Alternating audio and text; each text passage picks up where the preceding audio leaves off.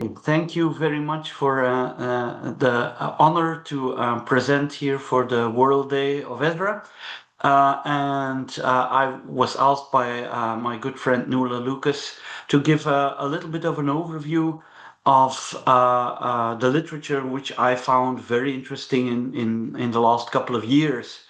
So it is always very difficult to choose the things that you interest, and I always these choices are very personal.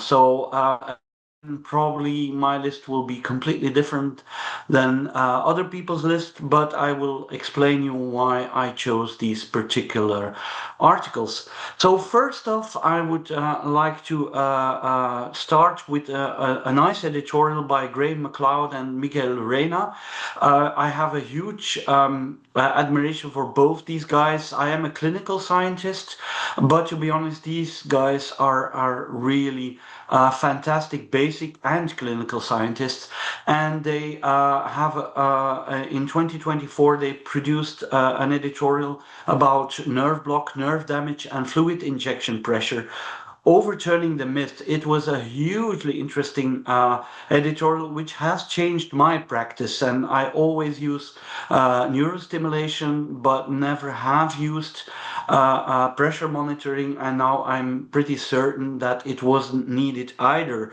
And like all good research, they challenge the given ideas, and they also ask new questions and challenge the future to come up with new ideas and better ultrasound to envision where the local anesthetic needs to be put to have the best effect while having a much higher safety margin.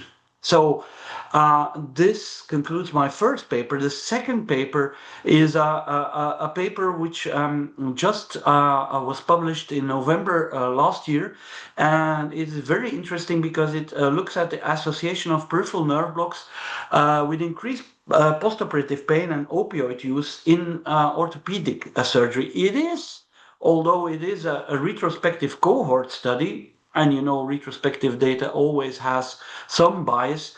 It is rather large, more than 20,000 patients, and it is also published in the British Journal of Anaesthesia, which has a high impact factor, and they convey a message which I've always believed, that our single shot blocks are not always great.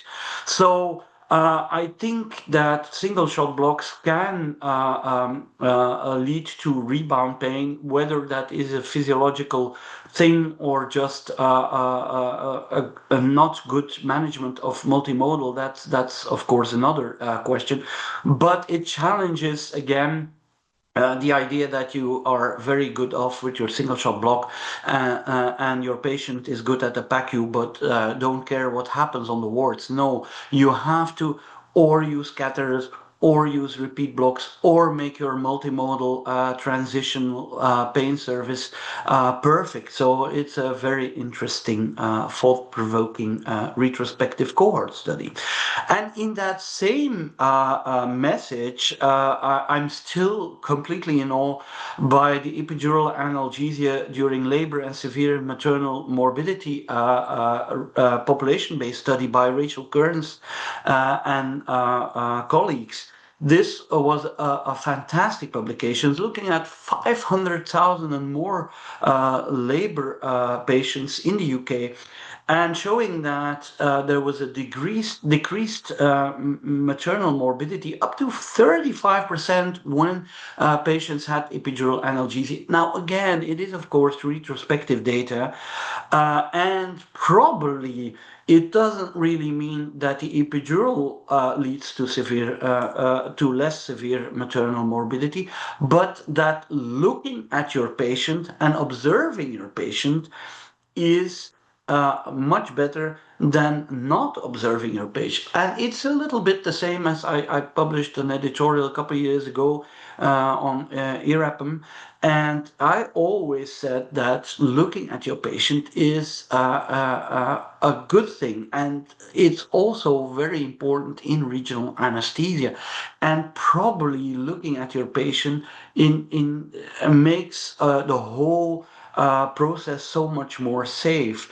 And that also means that probably regional anesthesia is also very good for trauma patients where you are sometimes afraid of compartment syndrome, but actually looking at your patient while providing regional anesthesia is also safer. So it also has implications on other research. And to conclude, because these were my top three papers, to conclude, I will give you two papers which I think are a little bit in the same margin, and these are my runner-ups. I think the peripheral nerve stimulation for chronic pain, which is a systematic review by somebody who you should keep an eye on, Ryan D'Souza. He's an upcoming big name, I think. And they looked at the implementable peripheral nerve stimulation for chronic pain, showing that it is in fact a very, very good system to reduce your chronic pain. Now, eventually, we have a systematic review showing the real benefit on that.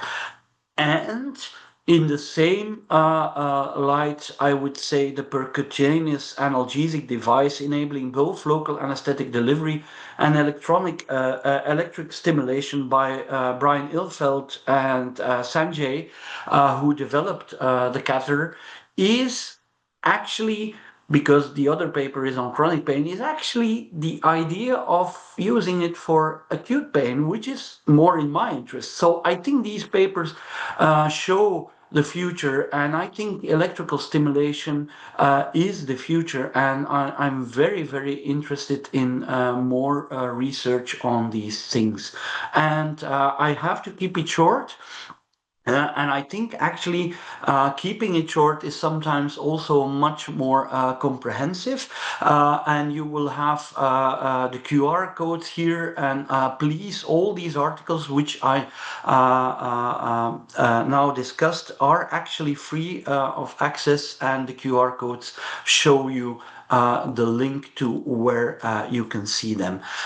So I hope you will enjoy the rest of the World Day of Ezra, and I'm pretty sure it's going to be an amazing day, like it was last year as well. So to Europe and the whole world, because more than Europe, there is a lot of other centers joining in. Please enjoy the rest of the day, and regional anesthesia is a fantastic thing. Thank you very much. This is Steve.